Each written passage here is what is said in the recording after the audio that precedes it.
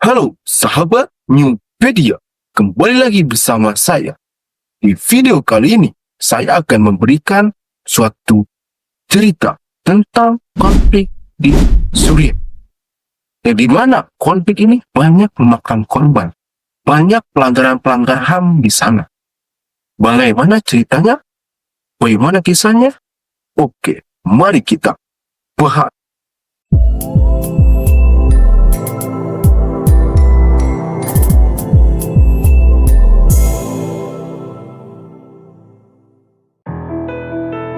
Negara Suriah.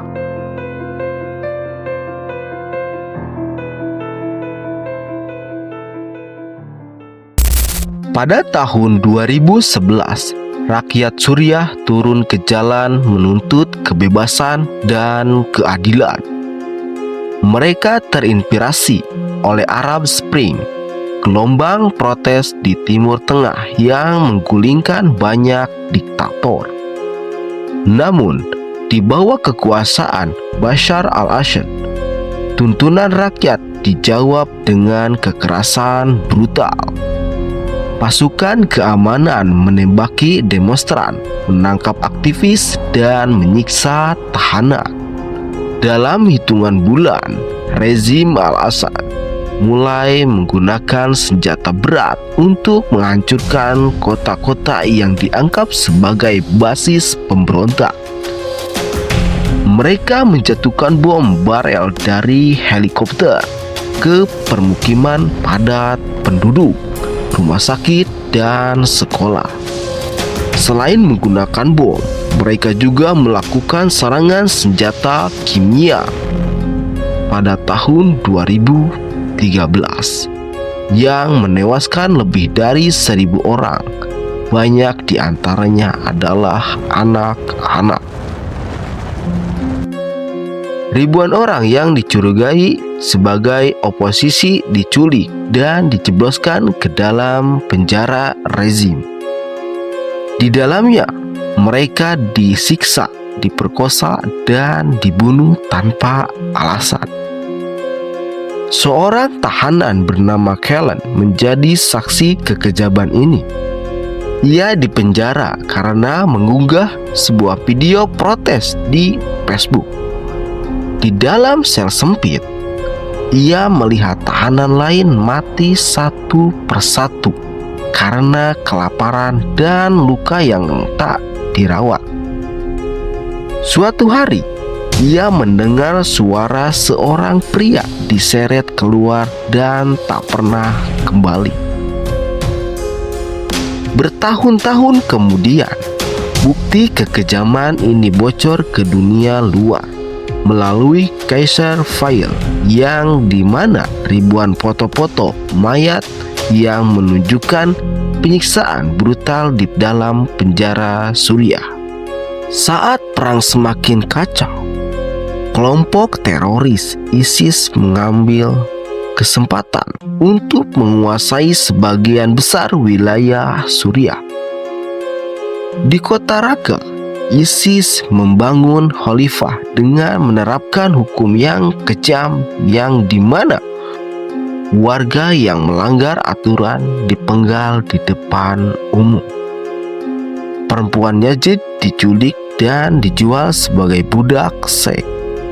Anak-anak dipaksa menjadi tentara dan dilatih untuk membunuh tanpa ampun. Suriah tidak hanya dihancurkan oleh rezim Assad, tetapi juga oleh teroris ISIS yang menambah penderitaan rakyat. Di beberapa kota seperti Aleppo dan Ghouta, rezim Assad menggunakan taktik pengepungan. Pasukan Assad memblokir jalur makanan dan obat-obatan.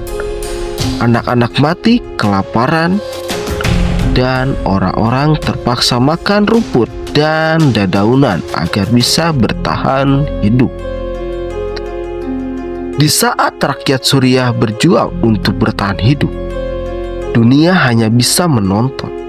Negara-negara besar seperti Amerika Serikat, Rusia, Iran, dan Turki ikut campur.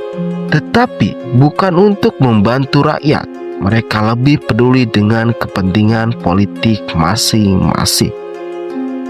Serangan udara terus menghancurkan kota-kota, sementara para pemimpin dunia hanya mengutuk tanpa tindakan nyata.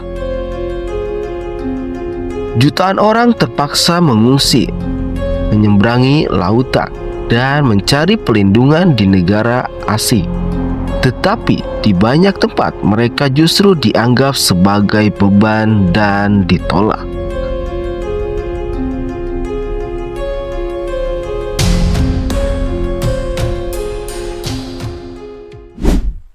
Menurut pendapat saya tentang cerita ini, bahwa pelanggaran HAM di Suriah adalah salah satu tragedi terbesar di dunia, yang dimana konflik ini bukan hanya tentang perang antar kelompok, tetapi bagaimana kekuasaan politik dan kepentingan internasional lebih diutamakan dibandingkan nyawa manusia. Yang paling menyedihkan adalah ketidakadilan yang terus terjadi.